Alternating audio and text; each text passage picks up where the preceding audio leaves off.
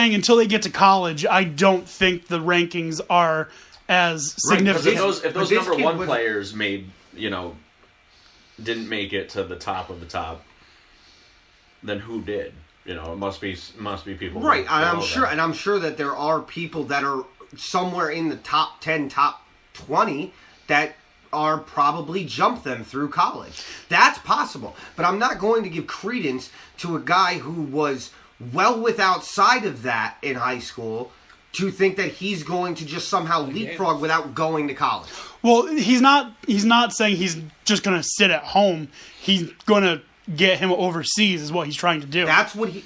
First off, don't assume anything with LeVar Ball. Well, that's what he said. My kids are going to play overseas. Okay, that's fine. And I'm sure that that's going to be the case because, again, overseas ball is going to need those kind of players. Those big baller brand shoes. I don't. That's it. He's taking them out of college so that he can endorse them to get that money. That's what it is. You don't violate NCAA rules if they're not in the NCAA. Exactly. I hope in the next 5 years that family is in from a marketing perspective because from what people have said about comparing their high school play, that Lonzo was obviously way better than LaMelo. You mean LiAngelo? LiAngelo, sorry. Because supposedly LaMelo dropped 90 in a game. It was AAU, and they played a really bad team. And they were forcing him the ball. Knock it off. Give Tucker the ball. Yeah, I don't want to hear that. No, that's bogus. So we'll see. Whether he plays college or overseas, that's what we'll see. Really quickly. If he's that good. I really hope his father Harvey Weinsteins himself. Oh my God. I really do. Something really bad. Dan D'Antoni Sports does not endorse the inappropriate touching of anybody. I'm not endorsing it. I'm hoping this man falls on some bad times based on his poor choices. I want to give a shout out to our guys from Not a Clue podcast. They're listening in now. Thank you guys for listening. We're just over here arguing. Yeah, exactly. I was like, you got something better to do? Why are you going to listen to us? But going back, I don't think the high school rankings really matter because these kids are going to go to the school regardless of what their ranking is. Duke is going to get a guy who's not in the top 10. Kentucky's going to get guys who are not in the top 10. It's just I put no credence in it until I see them play a game. You got guys like Jimmer Fredette, who was not very highly ranked, who made it to the NBA. Isaiah Cannon, Isaiah Thomas. There are guys. Well, he made it, but again, did he though? I mean, he's the biggest thing in China right now. He's got a feud with Stephon Marbury going. Dude. Yeah. Really? Yeah, he's got a feud with Starbury. Enough. Oh, man. Enough. This is the best. I don't want to hear How are their the shoe Jimmer sales Fredette going in China? I have no idea. argument. The crux of the argument is that I don't care about high school rankings. I care more about what you do in college. Mm-hmm. That's my argument.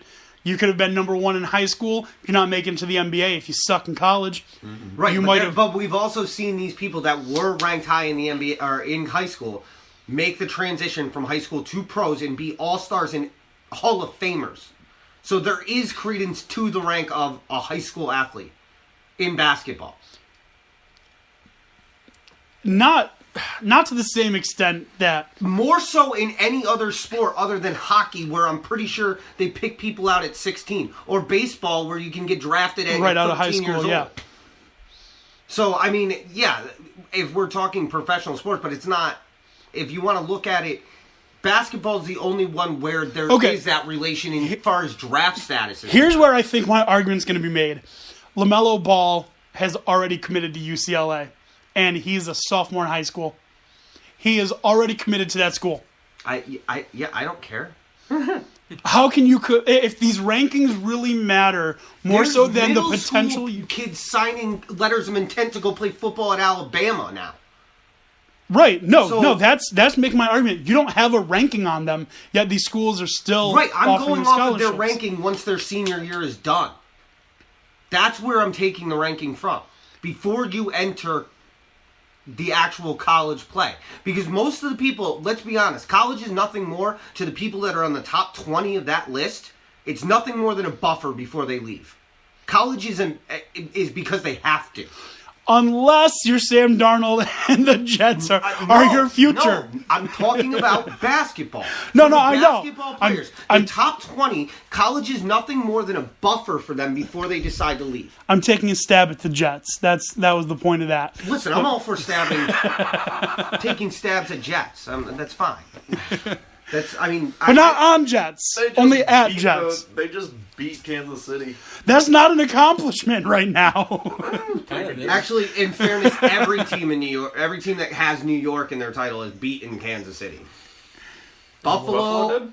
Yeah, Buffalo, the Giants, and the Jets have been their last 3 losses. Everyone's beaten Kansas City. That's hilarious. One of the teams in New York, sure. Kansas City, actually, Yeah. the state of New York and their teams has single-handedly made Oakland back into the playoffs. Yeah, that's true.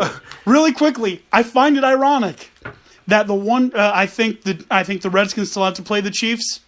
If the Redskins beat the Chiefs, the one team in the NFC East that lost to them was the Eagles. That's pretty funny. Isn't I was it? just saying, the Eagles have not really beat any good teams. Oh no! If you look at their record, they haven't beat anybody. Yeah.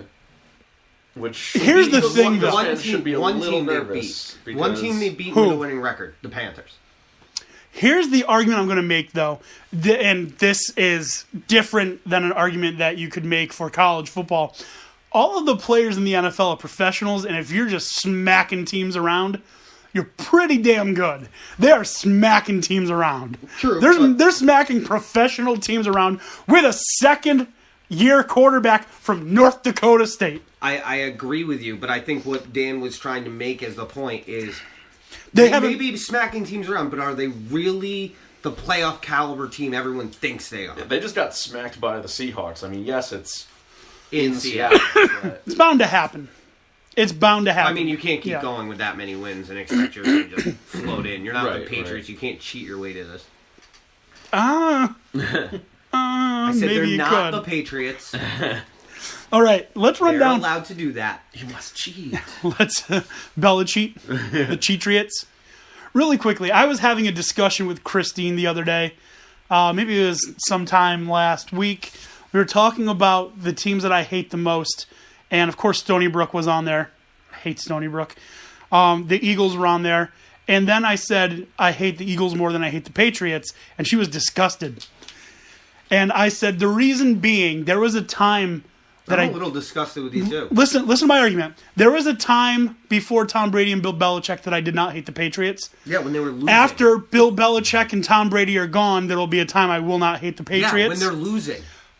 I will never not hate the Eagles. We're a Cowboys fan. They're in conference, of course. I hate the Patriots more than I hate the Eagles because I don't fear the Eagles ever being worth anything. They don't win Super Bowls. They just don't. So they don't scare me. They don't concern me. They're not a threat in my opinion. They're a fad that happens every year and then they fizzle out like normal. I'm not talking They're like a necessarily. sparkler. They're really cool to look at and they're like, ooh, but eventually it's gone. The Eagles are a sparkler.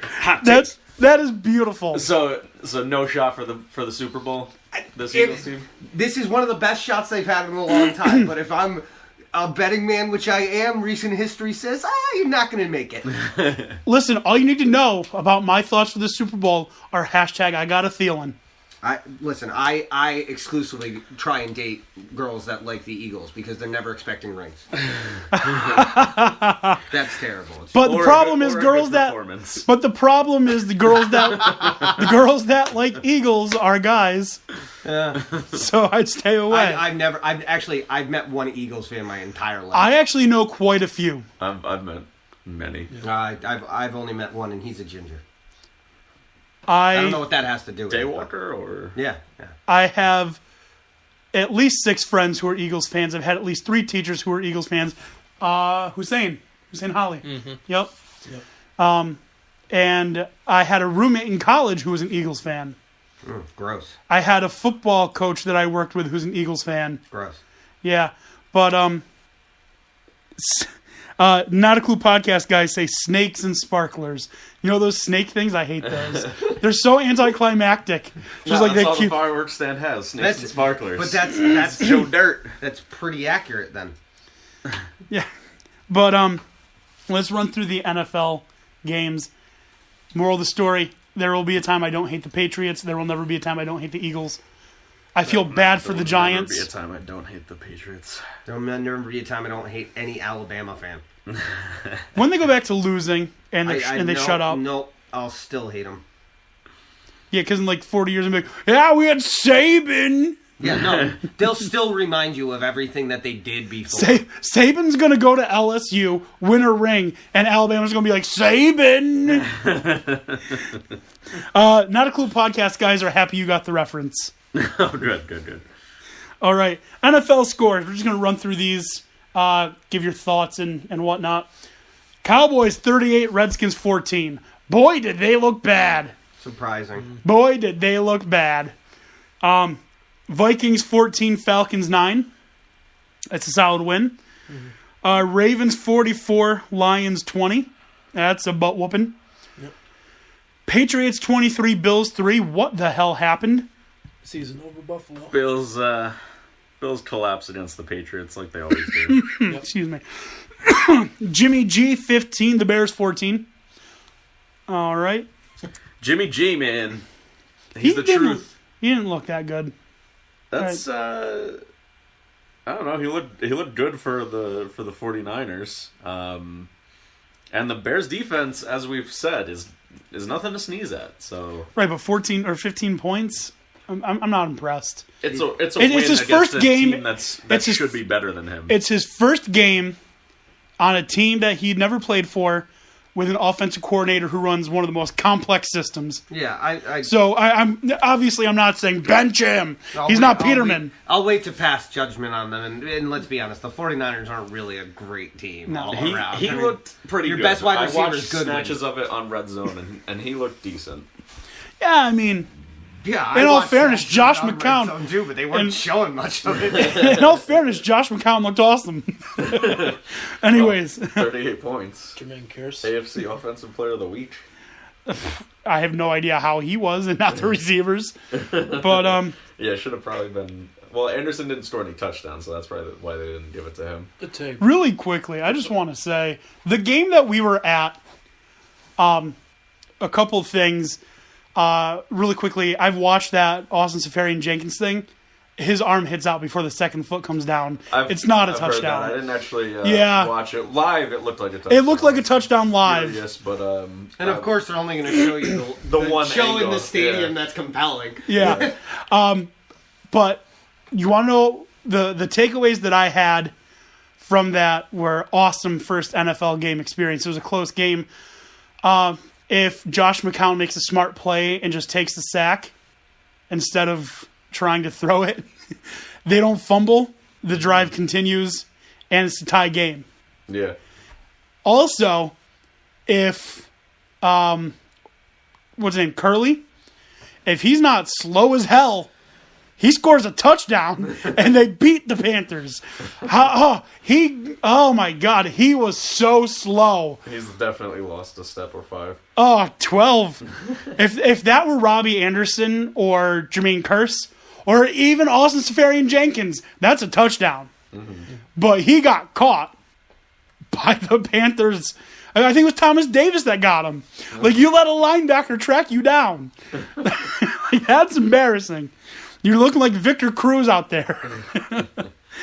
Anyways. Yeah, he's reliable to catch now, but you can't really expect... You got a hook and ladder. After that. Just have him and Robbie Anderson run in the same general area, throw it to him, get it to Anderson, he's gone. All right. We got Jaguars 30, Colts 10. Man, the Colts are bad. Yep. They are a bad football team. Bad. Yeah, they're trying to go toe to toe with the Browns, who can be the worst. And they're making a convincing argument that, yeah, it could be them. I kind of want to see, after the season's over, a 4-game playoff between the Browns. No. Just stop. No, the Browns, the Colts, the Niners, and the Giants. No, just move on. Well, Browns have what should still be Rodgerless Packers next week. I don't think he's supposed to come back this coming week. Brett Hundley is a better quarterback than anyone on that Browns team is at their position. The Browns have Josh Gordon. for 2 players.